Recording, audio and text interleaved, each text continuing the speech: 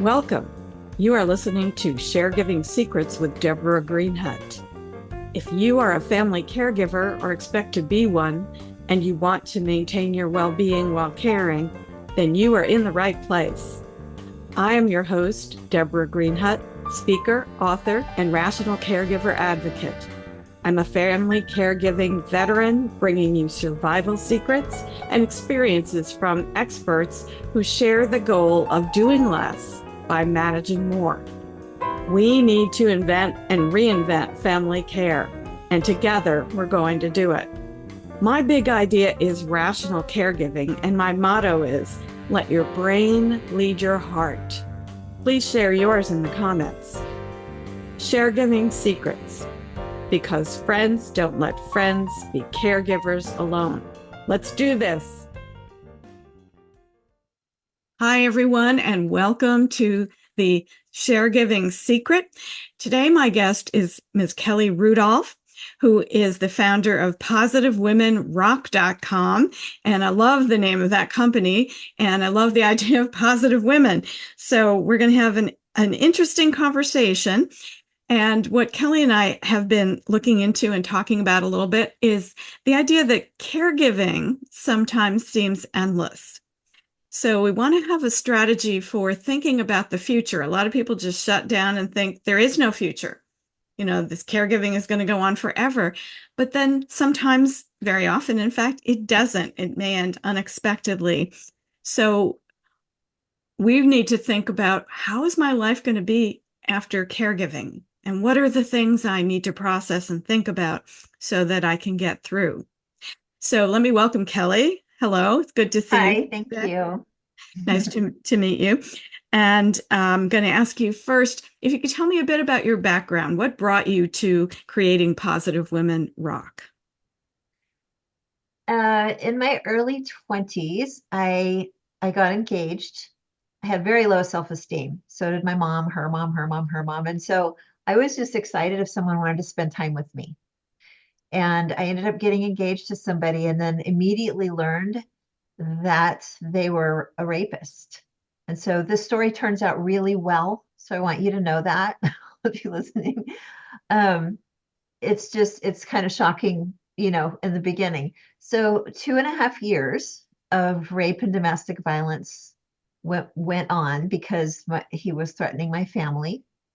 And then after I escaped, which took about 20 people to help me get away from him, I went to a Native American medicine man who I already knew and had been working with in his office. He did 1 hour of hypnosis with me, just 1 hour. And we released all of the negative emotions surrounding the past 2.5 years. And I've never had it bother me since. And so what I love right then, I thought this is what I want to do with women. It was so amazing. And I felt so free from it. I never imagined that would happen because I knew even at that young age, people live with the trauma of this forever. And it affects your relationships and your health and your work and your vision of your future, or if you have a vision of your future, it can just really be invasive. And I couldn't believe how free I felt and how happy I could be.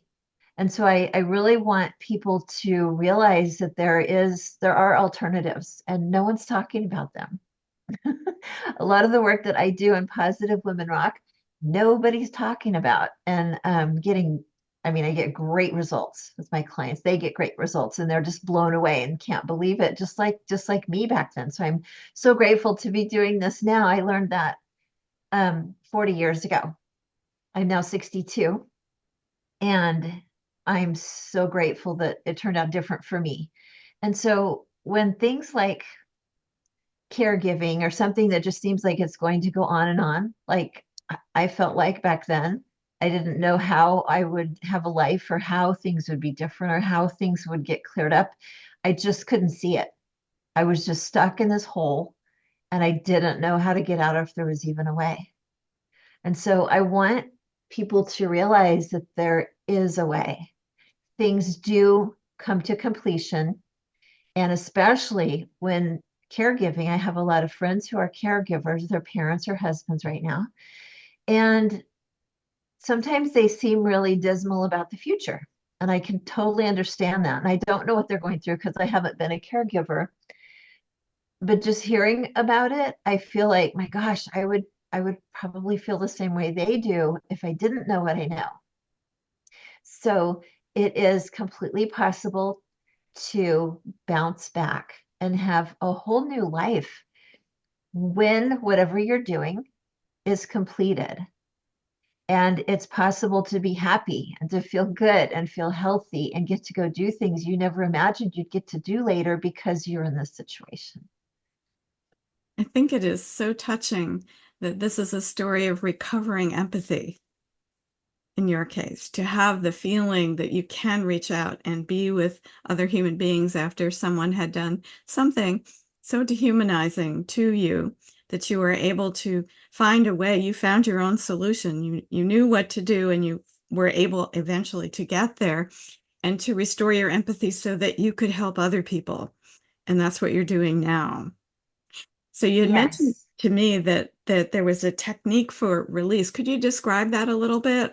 We may not be able to do it on camera here, but if you could talk about it, because people don't always know where these things come from, and they might be more afraid to try if they have no context for that. Okay.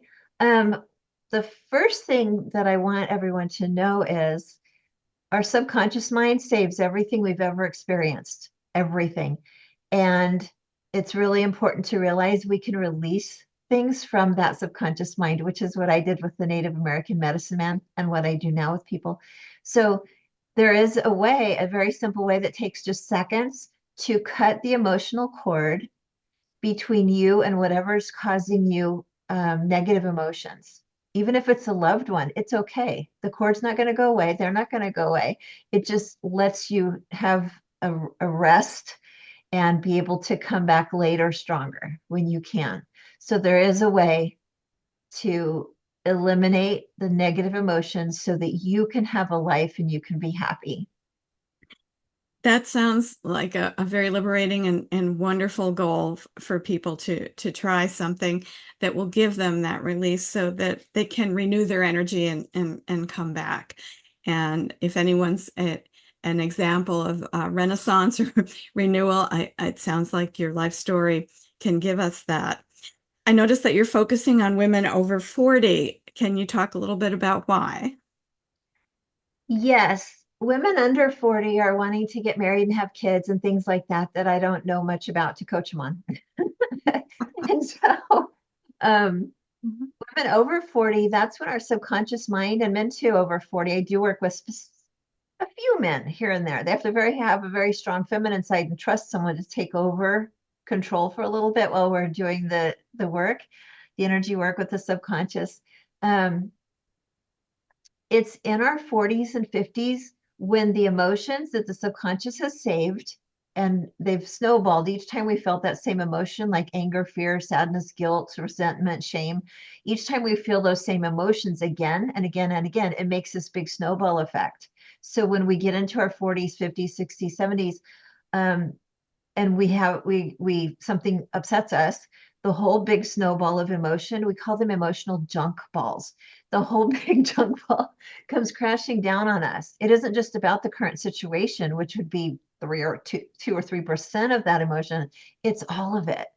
And it's so big. It's way too big. Instead of being a pebble, it's like a boulder.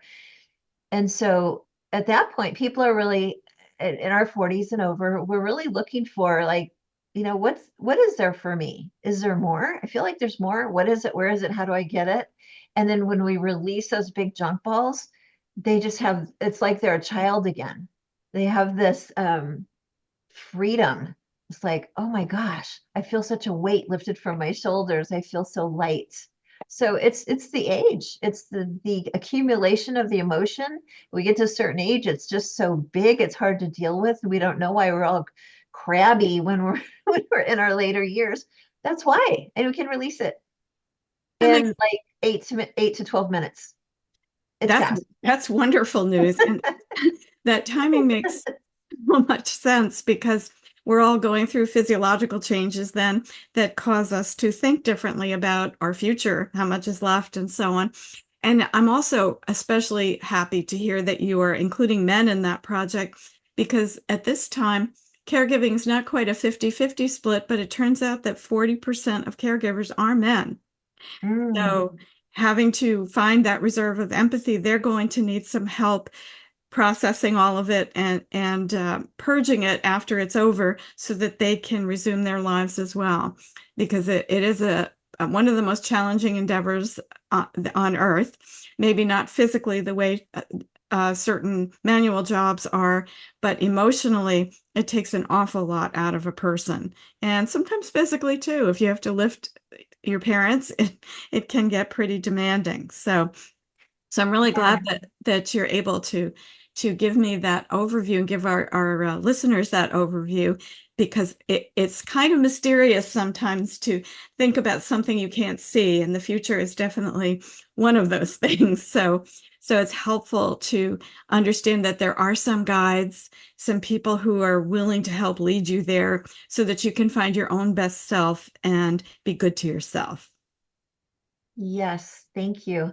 And I agree. And because it's so emotional, that's one reason men need to allow me to guide them. And it's the reason it's so important. I mean, and that age, like in the 50s, I think men get a lot more emotional than they were before. And so Right, they're probably wondering about that whole thing, plus the caregiving, and it can really seem overwhelming. And so to realize there's a way to alleviate the emotion, the negative emotion, so you can have some freedom and peace and sleep well at night and be healthy. Oh, it's like a miracle happens. It's just knowing it's possible is a lot. Just knowing it's available out there, even if you aren't ready for it yet, just knowing there's a way is so empowering. Well, I thank you for giving us something to hope for. So I'm wondering, is there a way that our listeners can reach out to you if they're looking to find out more about this kind of hope and help?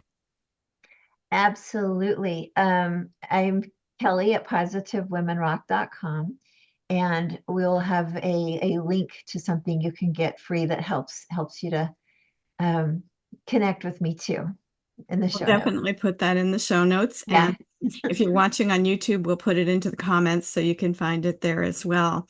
And I want to thank you, Kelly. It's been a wonderful opportunity to learn something new for me today. And I know that you're helping caregivers and others find a way to not go through life solo, to find a way to retake your community and find whatever the next step is going to be with some hope. So thank you very much for interviewing with me today. Thank you. I appreciate the opportunity. Thank you for joining me today on the Caregiving Secret, How to Survive Family Caregiving. I love sharing these insights and stories to empower you on your caregiving journey.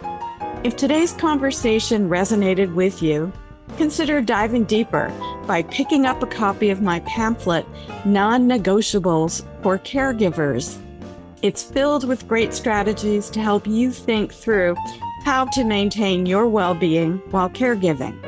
Nobody wants to become Carezilla, right? Visit sharegiving.net to get this resource that can help you navigate your caregiver path with grace and resilience. Let's continue to share our stories and support each other. Until next time, keep sharing, keep caring, and remember, you're not alone on this journey. Thank you.